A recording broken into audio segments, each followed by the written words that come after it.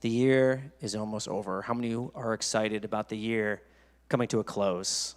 Some of us, cool. It's about the same as last service. I feel like everyone was a little down about it because, yes, 8,616 hours have left us, and we are embarking on a new year, which just simply means that we're all probably going to write the wrong year for the next 3 months on every important document that we have to fill out, and then we have to trash it and just get upset that the year is gone and we are 1 year older, which is depressing and sad. But as children, this is always a great time because New Year's Eve is the one night that you get to do everything that your parents told you you're not allowed to do.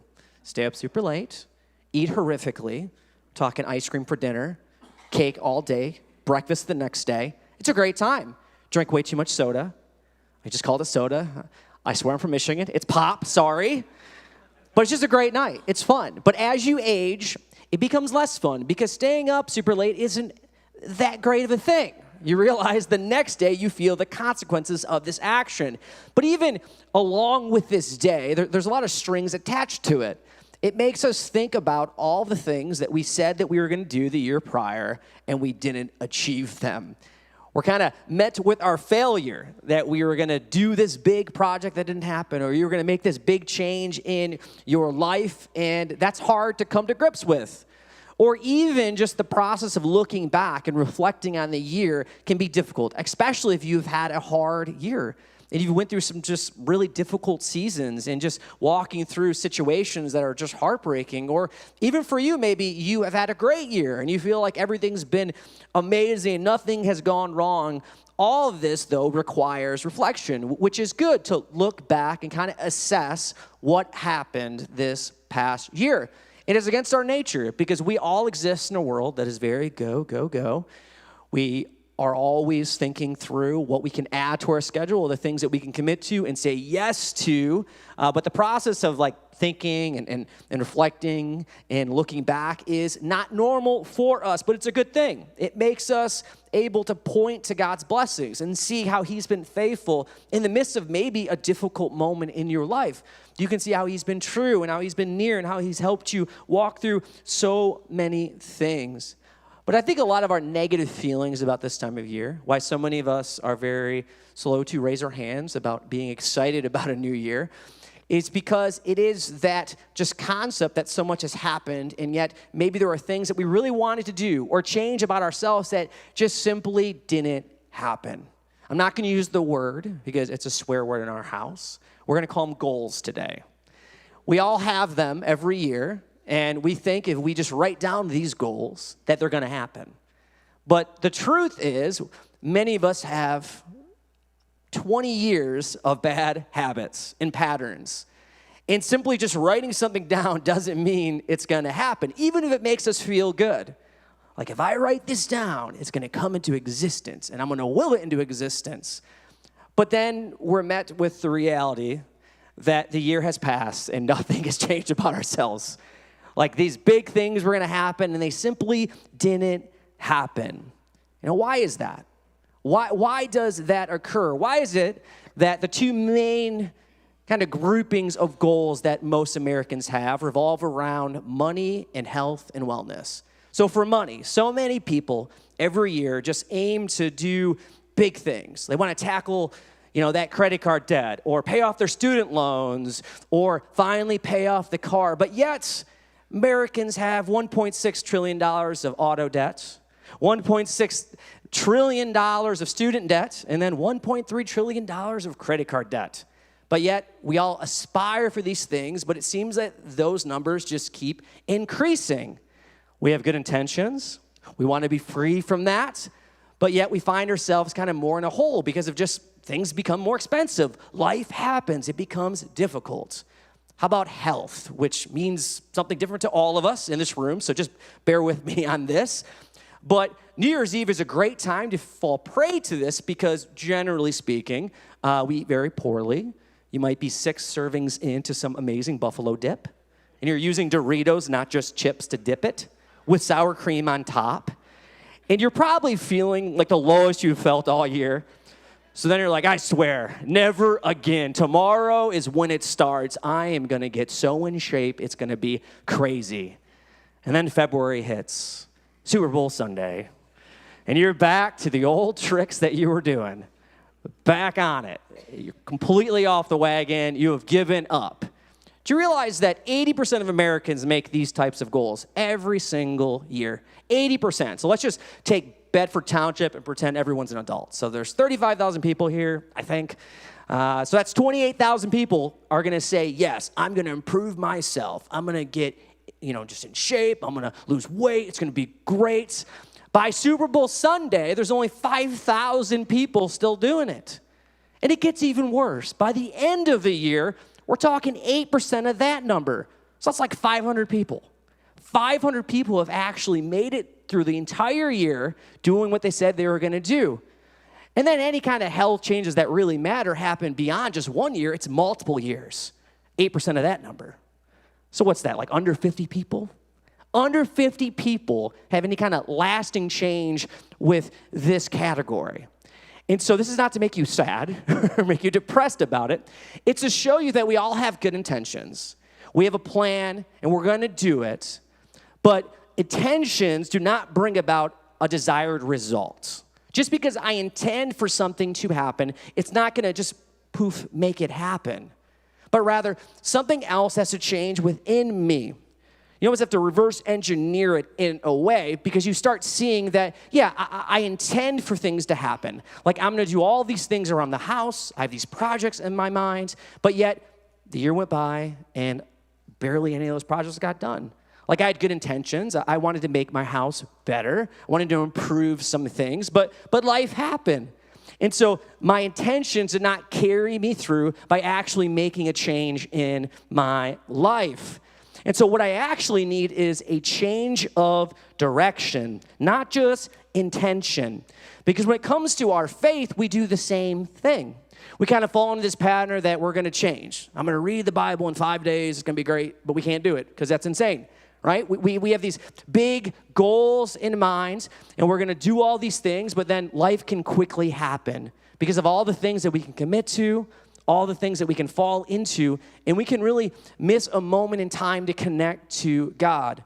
The same kind of stats apply to Christians when you break down goals. And we see this in just how most people feel with their relationship with God. Barna has great research on this, but the average American Christian feels very distant from God for some reason. They almost function in this kind of form of atheism where they feel like they know him, but their lives don't really reflect anything that would point to God and his goodness. And so you're not seeing anything about the person that makes you any different than anyone else. And so in many ways, your life is not being affected by your faith. And so your belief and action don't go in hand. And so the patterns of your life aren't pointing to Jesus.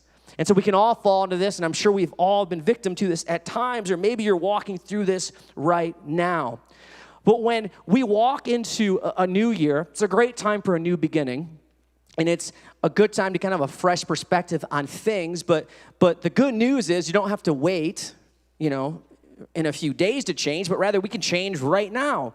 And our focus can be more on Christ and becoming more like him. And so my intentions might get me thinking about a direction, but in reality, they're not going to actually take me in a change direction. It's just me thinking about it. But my direction is indicating that I'm actually going somewhere. All of us have a direction. Even in the things that we say we're going to do that we don't do. We made a choice every single day to not prioritize the thing that we said we were going to change about ourselves.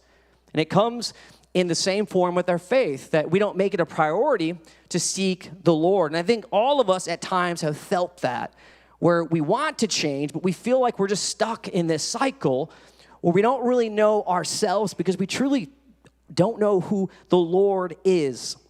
Andy Stanley wrote a fantastic book titled The Principle of the Path, and I encourage you to consider reading it. It's one of my favorite books, but he says something so powerful, and it's an anchor statement in the book that I want to just read to you guys today. Andy says, direction, not intention, determines your destination. So the place that we arrive is, of course, the destination. If you right now decide that you're going to do a long journey, of course, you're going to do what? Open up your phone, pull up the GPS, and find some directions to get there.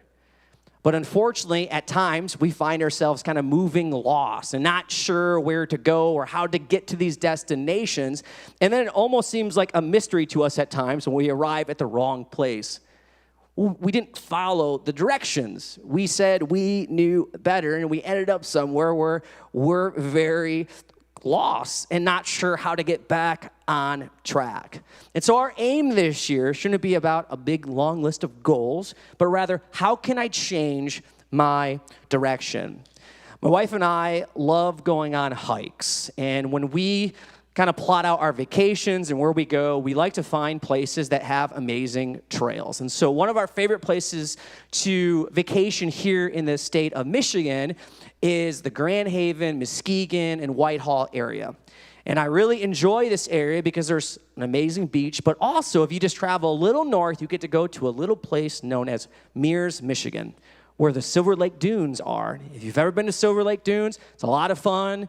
You can steal someone's Jeep and roll it in the dunes if you want. It's very dangerous and ruin your Jeep. Or you can just hike the dunes and enjoy them, which is always fun. And I actually lived there for about a year a while back, and so I feel like a local there, which is silly, of course. And so I've done that trail a few times, and my wife and I were prepping that day to go do the Lake Michigan Loop at Silver Lake, which is about a few mile hike. And she's asking me all these questions because she's much more prepared than I am in these situations, always wondering where the backpack is with all the water and all the snacks because she knows that I'm going to get hungry and it's going to be bad when I get angry and, grumpy because I'm hungry and I need a Snickers. So she's prepped. She's always ready to go. And so then she asked me a question. If you're a hiker, you know where I'm going. Did you load the AllTrails map? Did you look it up? And AllTrails is just a way to kind of know the trail that you're on. And of course, I say, we don't need AllTrails. I'm AllTrails. I've been here. I know how to get to Lake Michigan. You just go west. Big deal. Very simple. And so her second question was revolved around my Garmin GPS watch. It has breadcrumb mapping, which basically means if you get lost, you can just follow the breadcrumb and get back to where you came from. She asked, have you set up your watch to be able to do breadcrumb mapping? And my answer was, who needs that? I am the breadcrumb map because I like bread. And so that was the plan. And then her last question as we pulled into the parking lot that day was, do you think the sand is going to be too hot for my feet? Mind you, it was about 80 degrees, a little overcast. Sun was kind of peeking through. And my response was, no, you don't need shoes. I've walked this sand when it was 100 degrees when I was 5. It's no problem at all. You can do it. And so we leave the car that day and we head up. And if you've ever been to the Silver Lake Dunes and you parked at that state park, you're basically in a little forest. And you can start going up these steps. And they're completely covered in sand, but you have tree cover. So you really don't know the temperature of the sand yet. So, of course, in my mind, I'm just kind of saying that mantra like, I'm always right. I know so much about everything. I knew this was going to be fine. And then, of course, we leave that nice tree cover, and we start walking on the dunes, and what do you know it? My wife says, this is too hot. This is too hot. Why did you say this? And so I'm like, it's fine. Just push through. It's only a few miles. A few miles in sands is not a few miles. And so we're trucking through the dunes, and it's a pretty simple trail until you hit the woods by the lake.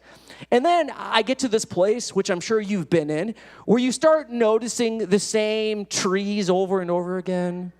And then you start pretending that you know where you're going. And after 20 minutes of this, sure enough, my wife asked, hey, did you happen to load the AllTrails map to know where we're actually going? And then I had to say, no, I didn't do that. I'm sorry, but we have cell phones. You can always just use data and pull up AllTrails. If you've ever been to those dunes, there is no service.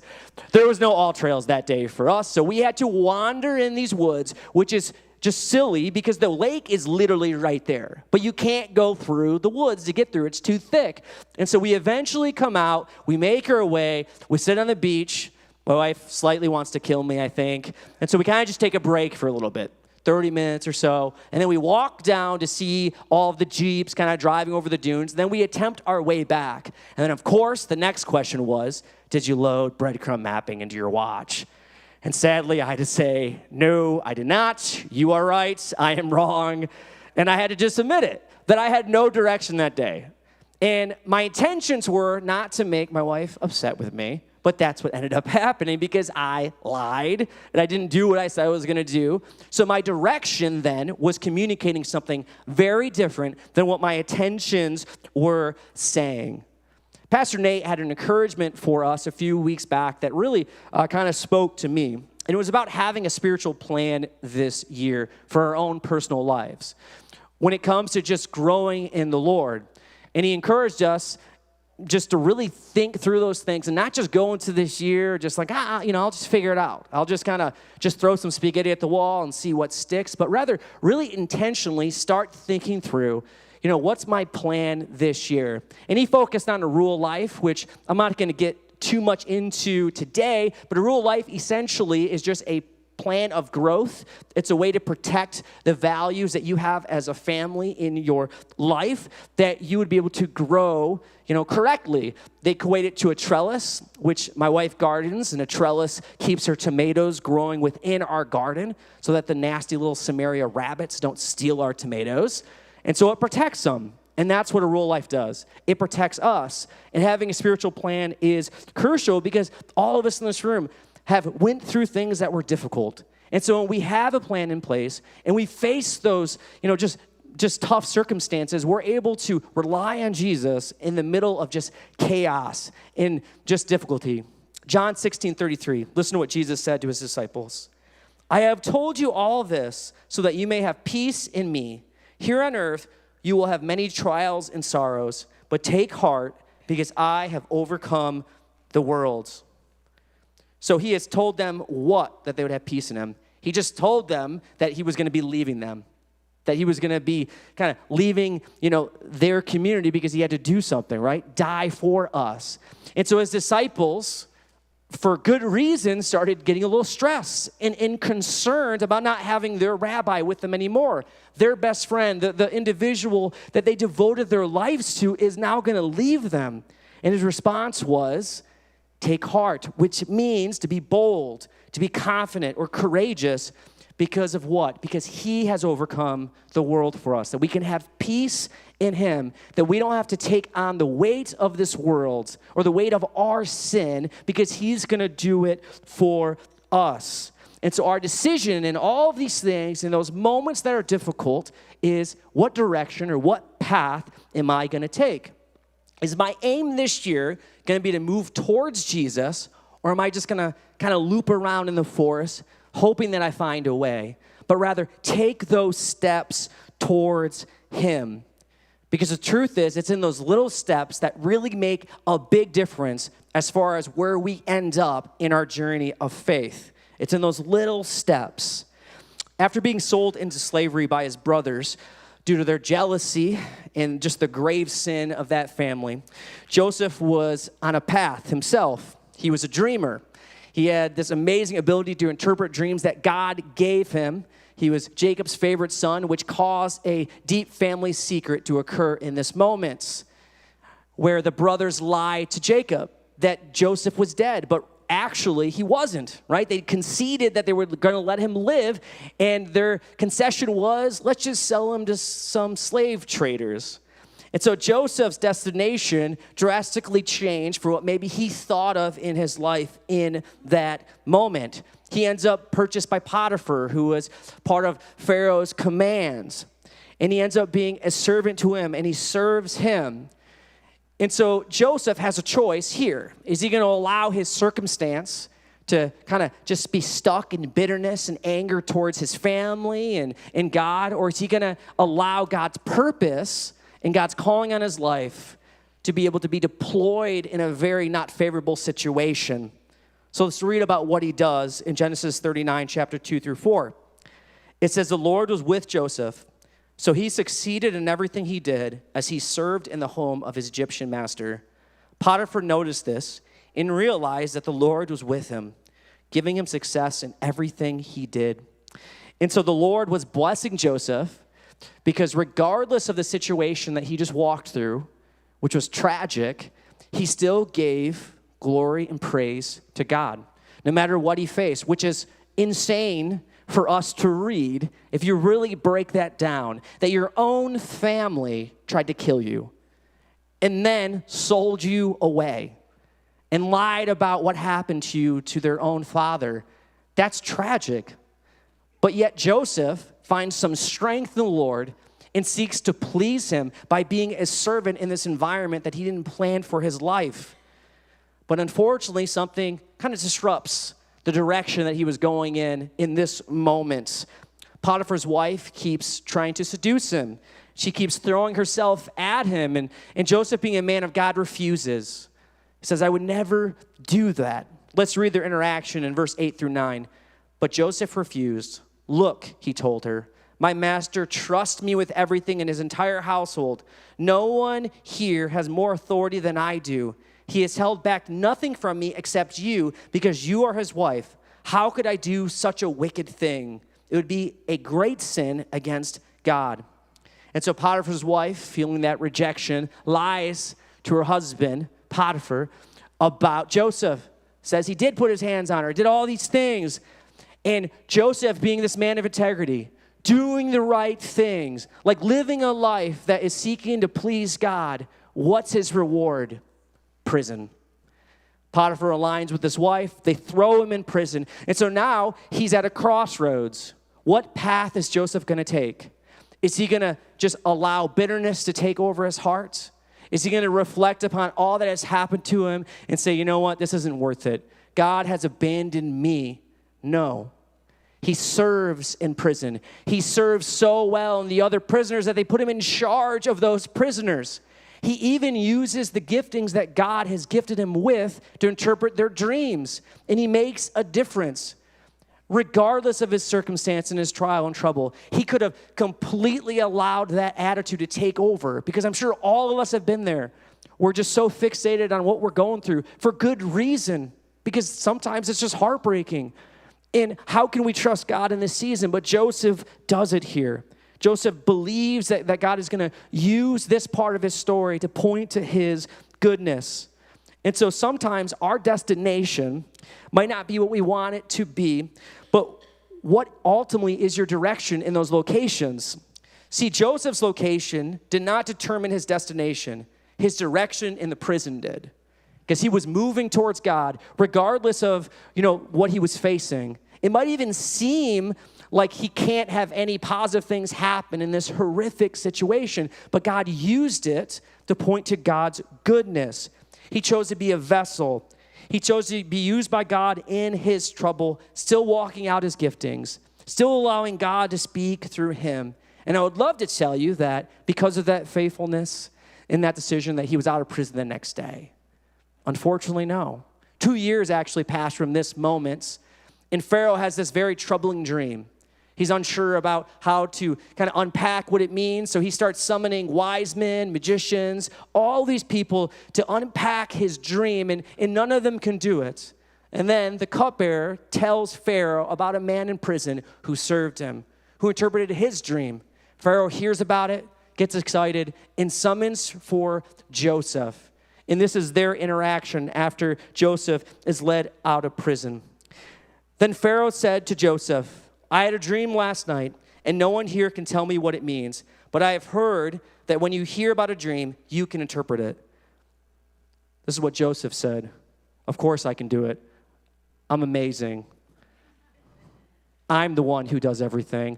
I'm the smartest in the room. I got out of these horrible situations. My brothers sold me to slaves, and I overcame that situation. I did everything. It was all me.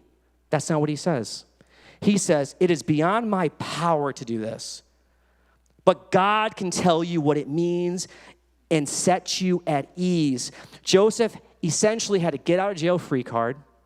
He could have right then took all the glory himself and said it was all me, but instead he points to the one, our source of life, God. He chooses humility in a time that was probably very tempting to be prideful. And Pharaoh sees something in Joseph. What does he see? This is what he said to his officials. Can anyone else find a man like this, so obviously filled with the Spirit of God? That's what was seen in Joseph's life. A man who was troubled, who went through horrific things on earth, God's Spirit was seen regardless of what his physical location was, because his direction was to know God, know and please God. And so what is your direction today? What do you want to change about where you are heading? Because this is the reality. Our destination is determined by the path we are taking. We're all choosing paths to travel every single day. And often when we find ourselves in difficult situations, when sin is involved and we've made some mistakes, we want to say it's a mystery when we get to the place that we swore we would never go to, but in reality it isn't. It was a series of choices that led us there. Just like if we choose to get closer to Christ, it's in those steps that we find him, that we can arrive, and that we can be near to the Lord. And that's what Joseph did. And we can fall into the patterns of this earth and feel very misguided at times, feeling very lost, trying to just make everyone satisfied around us and miss out on an opportunity to know our Savior. We truly need to be redirected. When my wife and I were in our season of being engaged, we had marriage counseling here at the church, and Pastor Rick is the one who married us. And at that time, we were, of course, in the phase where we never fought, meaning we never had any healthy disagreements. And so we were the perfect couple. We aced all of our evaluations and exams, and we felt like we're just amazing, and nothing could ever come between us and all these things. And so Rick is hearing all this, and of course, I'm sure right now as you sit, you know that season, and you remember it well, and he gives us a project, a take-home project, which was to go home, buy a piece of furniture, and then build it together. You know where this is going. And so this was a great time for my wife to pick out a nice entertainment center for our rental at the time, because I, of course, am someone who loves buying the cheapest stuff possible and then seeing how long it can last. And so my particle board entertainment center that was probably 10 years old was like falling apart on its own. It was literally getting chipped by just existing. You all have had pieces of furniture like this. And so we got to pick out a nice piece of furniture, and we lay it out at the house. And then, of course, I throw the instructions away. Just kidding. I don't do that. But we do lay out all the hardware, all the screws and bolts and nuts and all those things. And we run into a problem that I'm sure you've run into. You're 95% done with the piece of furniture. And then for some reason, that last bolt is missing. What happened to it? How did it disappear? And so I would like to say that this was just a fun, little laugher for us. But no, this turned into an actual disagreement and argument. We became the literal Spider-Man meme, blaming one another for losing the bolt. You lost it. No, you lost it. And it becomes this long thing that goes on. And when you know it, about 10 minutes in, a four-legged creature comes out of my office, prowling like a little lion that she is. She jumps on my lap, and she drops the bolts. And so we instantly look at my cat, Olive. I'm going to talk about cats because Nate's gone, because he hates them and I love them. And, of course, she's gifted. She's a fetch cat.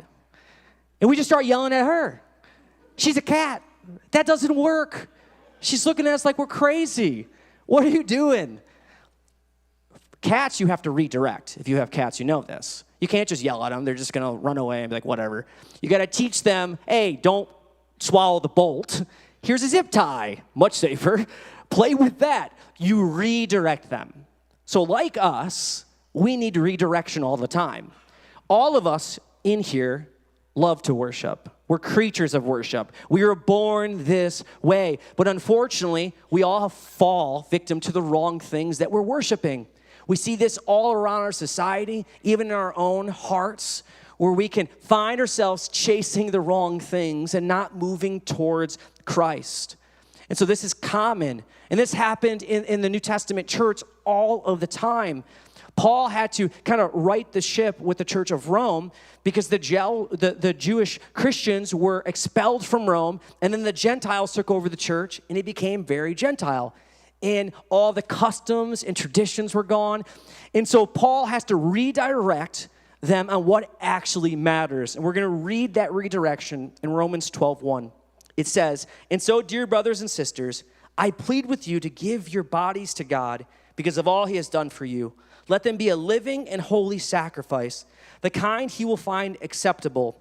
This is truly the way to worship him. Don't copy the behavior and customs of this world, but let God transform you into a new person by changing the way you think.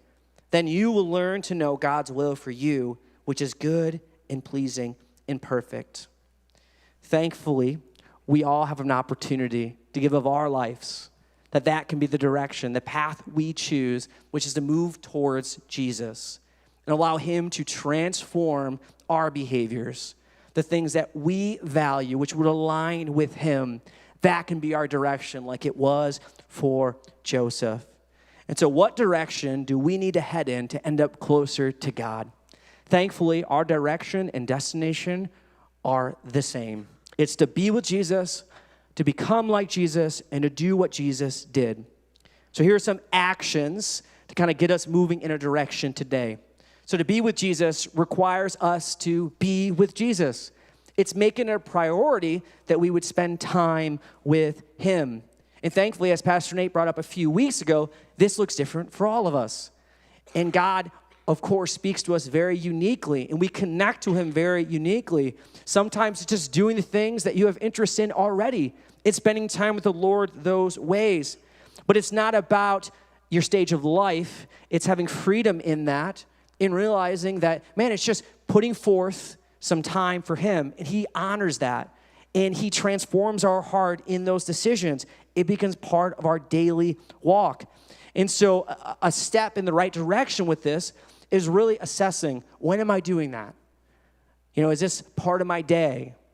Am I thinking upon the Lord and what he's going to do through my life that day? Am I giving him, my days? These are all tough questions, but when we make it a part of our rhythms, it's a direction that we can move in. So let's be with Jesus this year.